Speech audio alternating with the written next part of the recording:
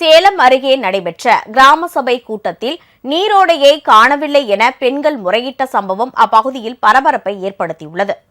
உலக தண்ணீர் தினத்தை முன்னிட்டு தமிழகம் முழுவதும் இன்று கிராம சபை கூட்டம் நடைபெற்றது.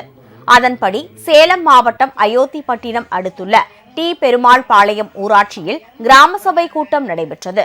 கூட்டத்தில் பங்கேற்ற பெண்கள் சிலர் ஊராட்சியில் நீர் வெளியேறும் ஓடையை தனிநபர்கள் 1 கிலோமீட்டர் தொலைவிற்கு ஆக்கிரமித்து உள்ளதாகவும், இதனால் மழைநீர் கழிவுநீர் வெளியேற வழியில்லாமல் ஊருக்குள் வருவதாகவும் குற்றம் சாட்டினர்.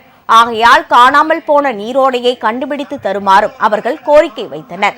மேலும் தேசிய ஊரக வேலைவாய்ப்பு திட்டத்தில் முறையாக சம்பளம் வழங்கப்படுவதில்லை என்றும் அவர்கள் குற்றம் சாட்டியதால் சிறிது நேரம் சலசலப்பு ஏற்பட்டது.